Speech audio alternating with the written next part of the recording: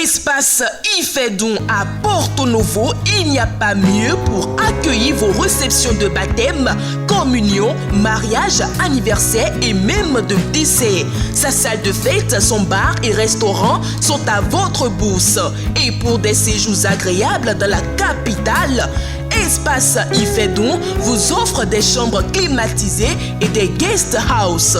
Espace Ifedon est situé à Tokota Davo. Contact 00229 90 68 85 85 ou 00229 97 72 10 57. Chères téléspectatrices et téléspectateurs, suivez du lundi au vendredi à 13h sur Guérit TV Monde le commentaire du jour. C'est une rubrique dans laquelle le présentateur prend position sur des faits ou sujets d'intérêt, qu'ils soient relatifs au Bénin ou non. Entre dénonciation, approbation et suggestion, le commentaire du jour crée l'actualité, suscite les débats ou y contribue. Tapez www.gueritvmonde.bj pour nous suivre en direct. Guérit TV Monde, le leader des Web TV. Vous avez besoin d'un espace publicitaire pour faire connaître votre société ou vos produits? Seul Guérit TV Monde peut vous satisfaire. Pour tout renseignement, contactez le 00229 91 19 10 10. Guérit TV Monde, le leader des Web TV.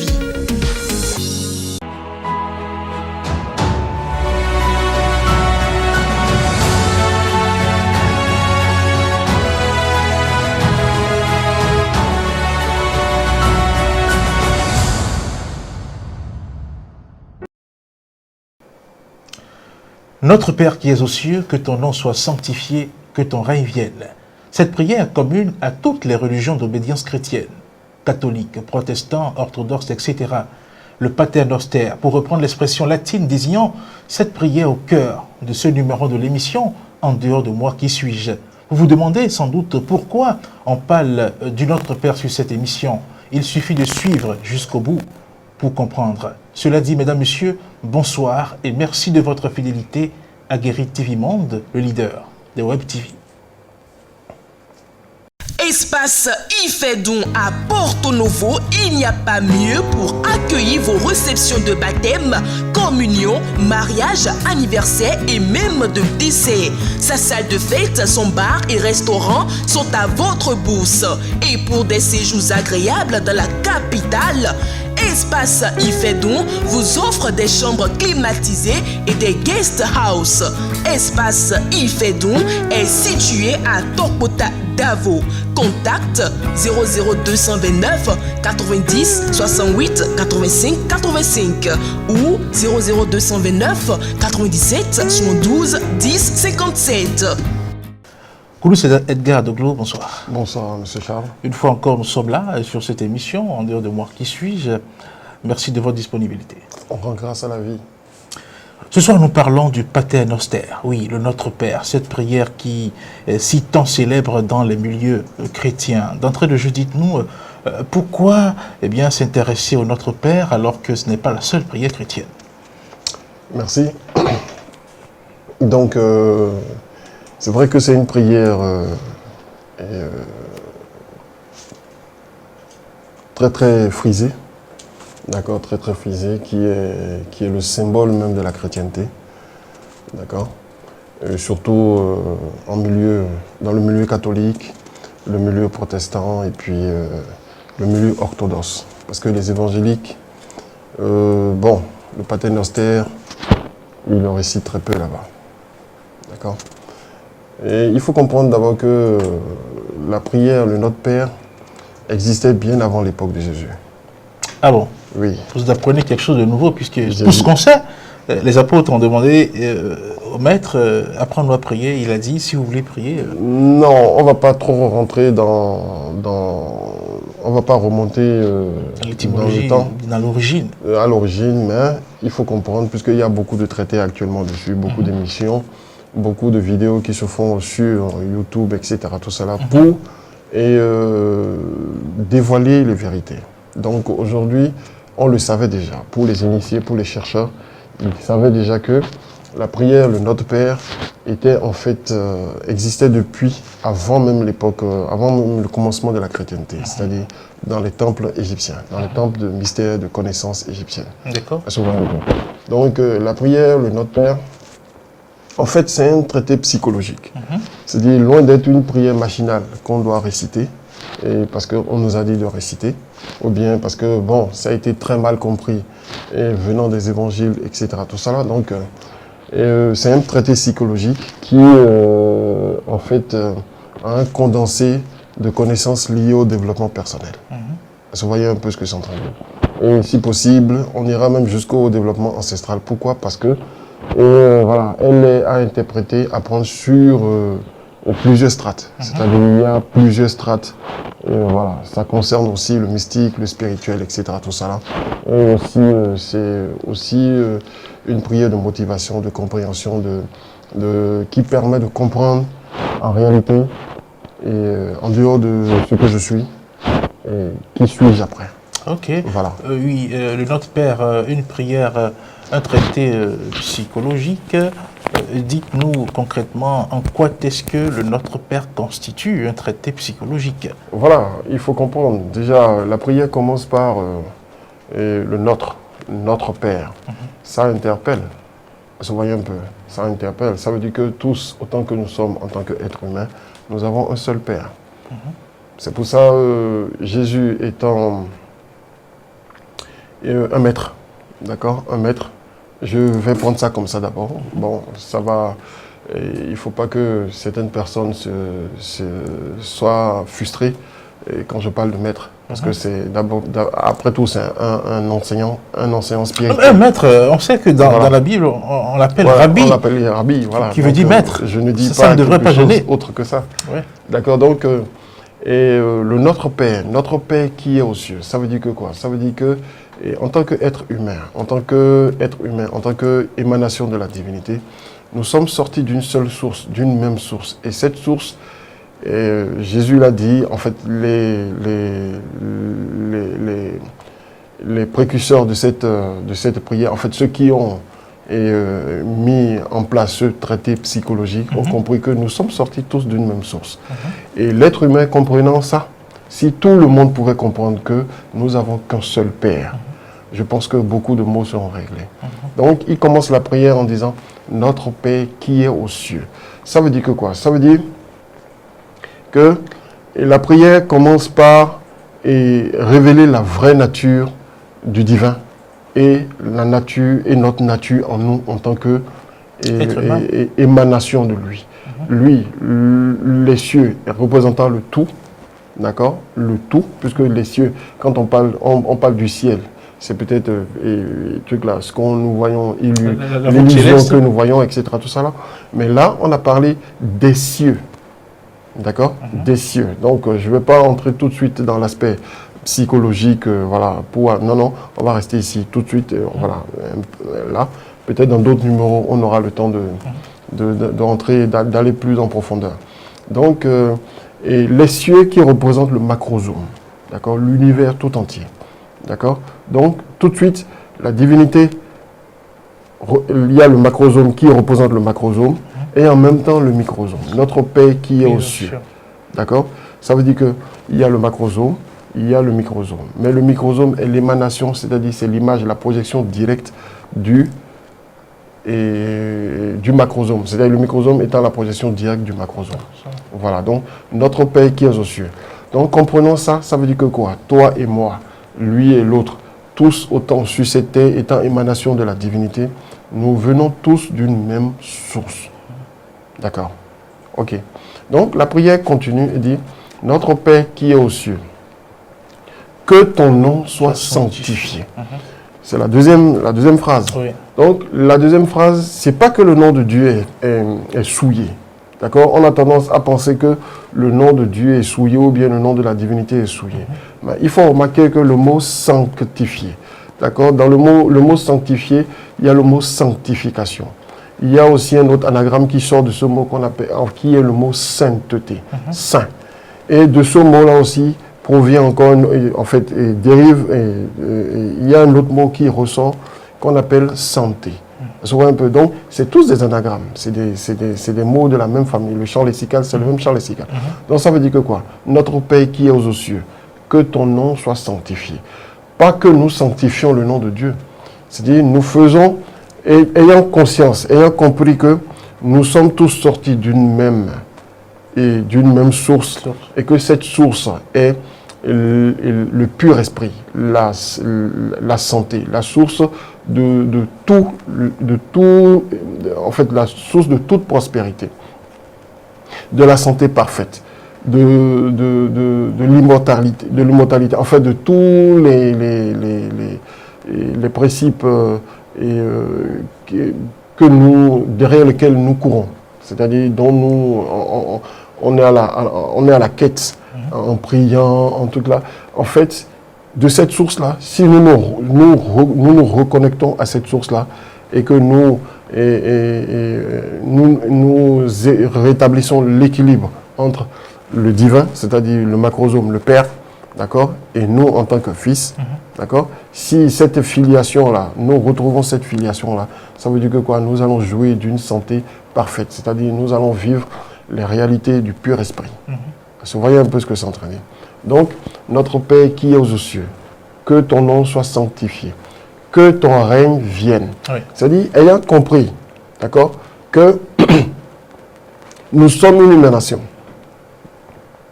Nous sommes l'émanation du Père, et que le Fils se reconnaît dans le Père, et que le Père se reconnaît dans le Fils, d'accord.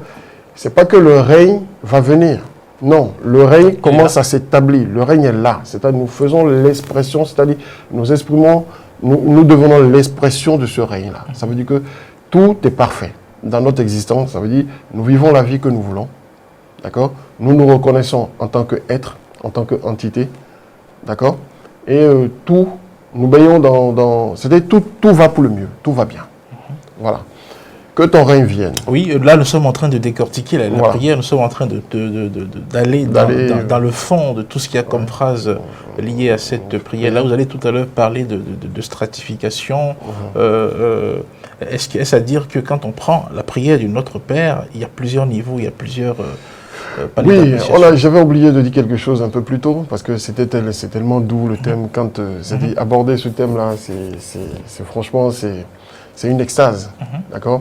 Donc, on a oublié de dire quelque chose tout à l'heure. Il faut remarquer que la prière de notre Père est en 7 phrases, d'accord? Qui correspond aux 7 corps, qui correspond aux 7 plans d'énergie, d'accord? Ce que les bouddhistes ont appelé les chakras, etc. Tout ça là. C'est pour ça que j'ai dit,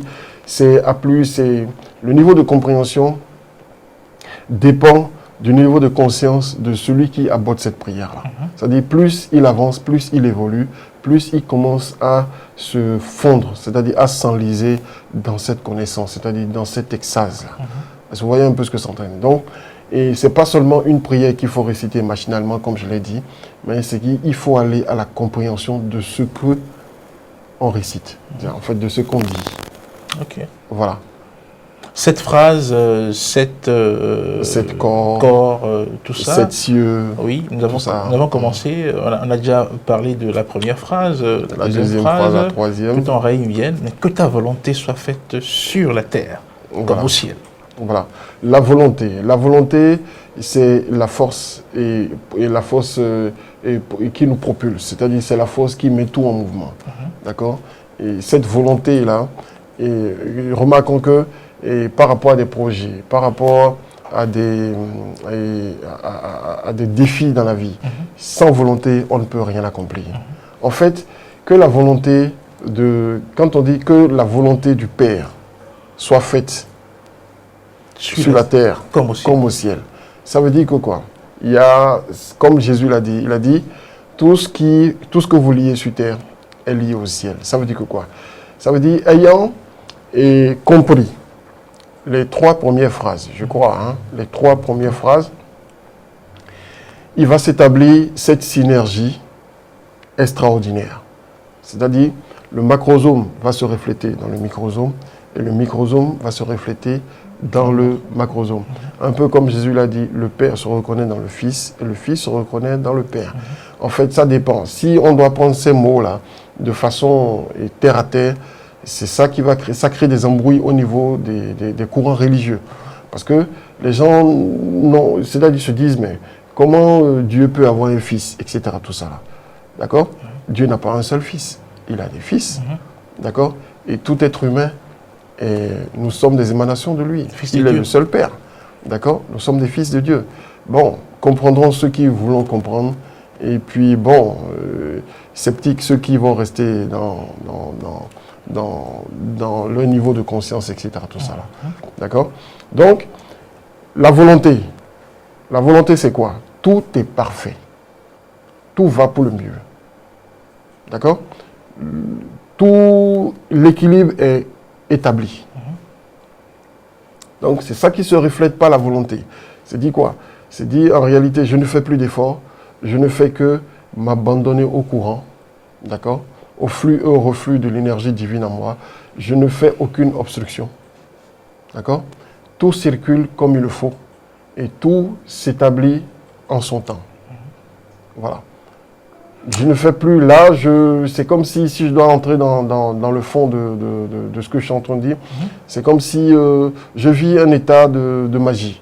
C'est-à-dire, il suffit seulement que je pense, il suffit seulement que je souhaite, il suffit seulement que je désire, je décide et je réalise, je concrétise sans embûche, sans entrave. Quand on prend cette phrase-là, que ta volonté soit faite sur la terre comme au ciel, cela ne laisse-t-il pas entrevoir que ce n'est que sur terre que peut-être la volonté de Dieu a quelque peu du mal à se réaliser, alors que dans les cieux, cela est parfait? Non, ne voyons pas la terre dont tu as parlé, en fait, qui est décrite ici, comme la croûte terrestre sur laquelle nous sommes. La terre, c'est le plan où, comment je veux dire, l'esprit s'exprime, c'est-à-dire la densification. Bon, je vais expliquer ça en d'autres termes. C'est la concrétisation de ce qui se passe dans les mondes et tout là, supérieurs. Je prends un exemple.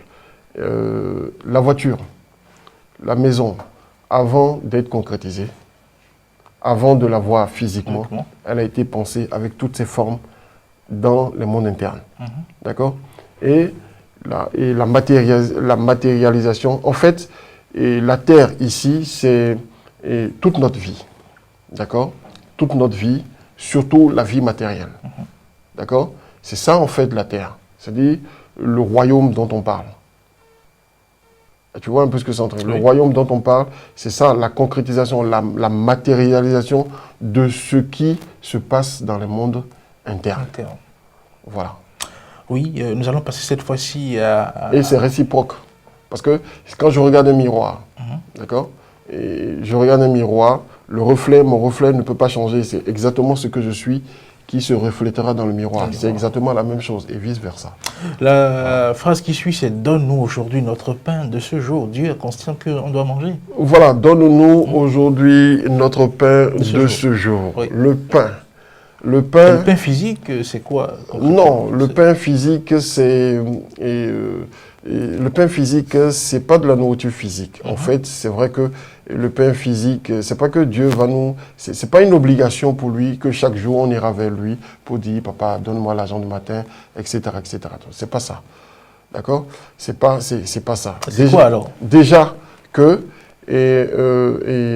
cet équilibre-là est établi. D'accord? Et que sa volonté, c'est-à-dire ce qui est en bas reflète ce qui est en haut, et ce qui est en haut reflète ce qui est en bas. Il est impossible que ce qui permettra à l'être de s'émanciper ne puisse pas s'exprimer. Voilà, donc c'est ce qui se reflète dans « Donne-nous aujourd'hui notre pain quotidien ». Notre pain de ce jour. Notre pain de ce jour. D'accord? C'est-à-dire ici et maintenant que le flux et le reflux de l'énergie puissent s'établir en moi. À chaque instant, c'est-à-dire à chaque instant, à chaque moment, ici et maintenant. Voilà. Parce que si le flux et le reflux s'établissent, qu'est-ce qui va se passer? Il va se passer que en fait, l'individu, l'être va s'émanciper et il pourra manquer de rien, puisqu'il est dans un champ de toutes les possibilités. D'accord? Il baigne dans l'énergie de prospérité infinie. Donc, et automatiquement, il ne manquera de rien. Il manquera de rien. Spirituellement parlant, comme physiquement parlant. Il manquera de rien et pourtant, les gens manquent de tout ici. Oui, parce qu'ils n'ont pas compris. Ils n'ont pas compris le mécanisme. Puisque Jésus a dit, vous demandez, vous n'obtenez pas parce que vous demandez mal. Le Père est là, on le prie. Justement, le Père, et comme on avait dit dans une émission précédente, le Père n'a pas besoin qu'on le prie. Le Père n'a pas besoin qu'on le supplie. Le Père n'a pas besoin qu'on le vénère. D'accord? Le Père, en d'autres termes, le Père ne fait que l'expérience de lui-même à travers les émanations de lui. Vous voyez un peu ce que c'est en train de dire. Donc, le Père, il a établi, il y a des principes. D'accord? Et ces principes, les mêmes principes qui le régissent sont les mêmes principes qui nous régissent aussi.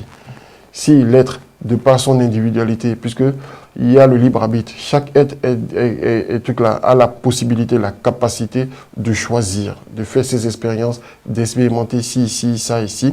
Et comme le disent certains courants religieux et trucs là de connaissances, ils disent que c'est pour accroître lui-même son plaisir. C'est pour se reconnaître en lui-même. C'est pour se reconnaître et accroître son plaisir, accroître ses expériences, pouvoir expérimenter toutes les parties de lui-même, d'accord, qu'il a émané, qu'il a créé, c'est-à-dire qu'il a permis des émanations de lui.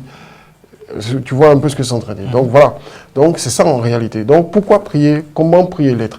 Tout en sachant qu'il suffit seulement que je m'accorde avec les principes pour que tout puisse rentrer et tout puisse s'établir correctement dans mon existence. Pardonne nos offenses comme nous pardonnons aussi à ceux qui nous ont offensés. C'est le piège que beaucoup de religieux n'ont pas compris.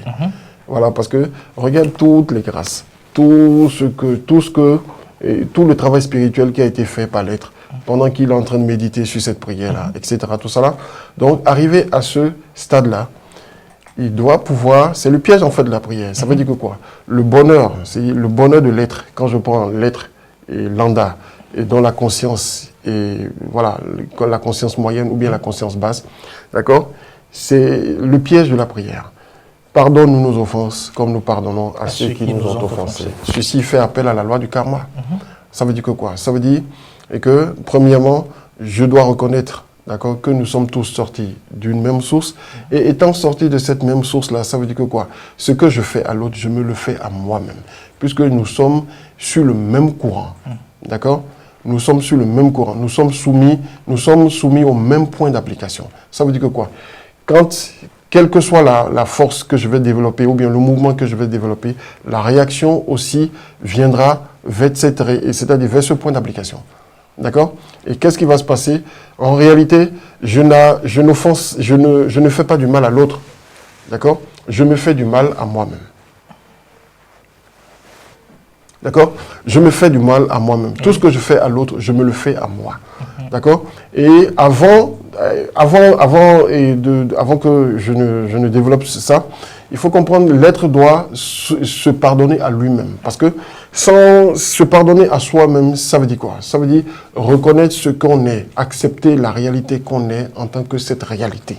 Parce que sans accepter cette réalité-là, sans comprendre que nous sommes à la fois l'arbre de la connaissance du bien et du mal, et que ce que je reproche à l'autre existe en moi, d'accord, à l'état latent, et que les conditions, parce que les conditions ne me permettent pas d'exprimer ça. Donc je dois comprendre que ce que l'autre n'est que le reflet de ce que je suis.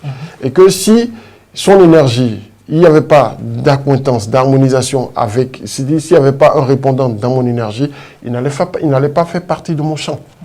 Parce que tout ce qui fait partie de votre champ n'est qu'une émanation de ce que vous êtes, de votre énergie, l'expression de votre énergie. Donc ça veut dire que quoi? Ça veut dire que à partir des comportements de l'autre, je peux corriger, je peux m'améliorer, je peux développer, exprimer une version de moi beaucoup plus, c'est-à-dire une version de moi beaucoup plus améliorée. D'accord? Au lieu d'offenser les gens. Donc ça veut dire que je dois pouvoir me regarder moi dans une glace et comprendre ce que je suis et accepter ce que je suis. Il n'y a que dans l'acceptation de ce que je suis, se trouve en fait, la force de pouvoir, et la connaissance parfaite, de pouvoir accepter les autres et de pouvoir être en harmonie avec les autres.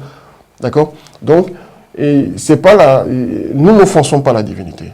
Parce que la divinité étant le pur esprit, d'accord, étant sainte, étant exprimer la sainteté parfaite, d'accord, il n'y a que nous-mêmes qui équilibrons ce que nous sommes. Un exemple, nous en tant qu'esprit, en tant qu'âme, d'accord, le corps physique, l'âme est pure, l'esprit est pur. Il n'y a que le corps physique qui gère qui gère en fait les courts-circuits, d'accord, les impuretés. Parce que les autres corps ne pouvant pas retenir ces impuretés-là, d'accord. Voilà, le corps physique récupère et gère les problèmes, etc. Tout ça, jusqu'à extinction et jusqu'à déconnexion complète. D'accord? C'est un peu le même phénomène, le même truc qui se passe aussi. Ça veut dire que quoi? Ça veut dire que nous devons aller à la quête de nous-mêmes, comprendre qui nous sommes. D'accord? Et ayant compris qui nous sommes, nous allons comprendre aussi comment que les autres aussi sont du même acabit que nous. Et c'est-à-dire qu'avoir cette portion de la prière, c'est-à-dire que si je n'ai pas la capacité à pardonner aux gens, c'est que Dieu ne me pardonne rien.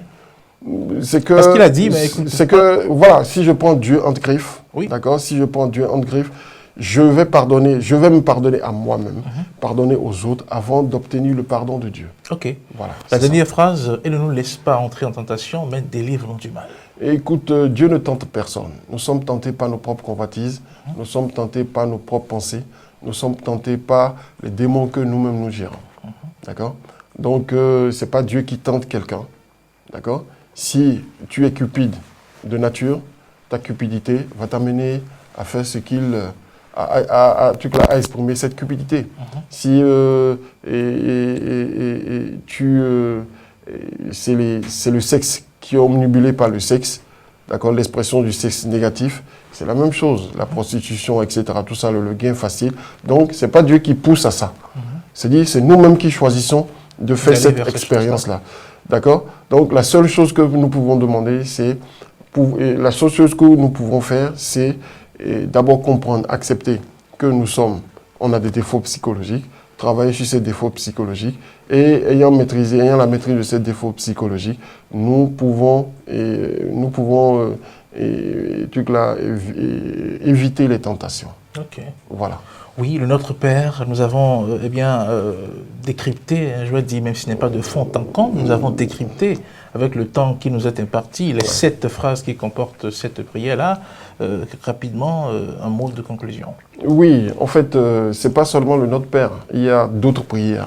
Il y a d'autres prières, que ce soit dans la religion catholique, en fait, au niveau du christianisme, au niveau de l'islam aussi, il y a des sourates qui sont des traités psychologiques, d'accord, incompris des fidèles, d'accord, qui, étant compris en fait ces traités-là, ces prières-là, pourront permettre aux gens de pouvoir aller à la quête d'eux-mêmes, de pouvoir se connaître et savoir qui ils sont en dehors de ce qu'ils savent d'eux-mêmes, ici et maintenant. Koulou, c'est Edgar Deglou, merci. Merci beaucoup. Donc, plus qu'une prière, donc, le Notre Père est un traité psychologique, un moyen au service du développement personnel. Si vous l'avez compris ainsi, récitez-le désormais, donc avec beaucoup plus d'intelligence et non comme un robot. Bonsoir chez vous.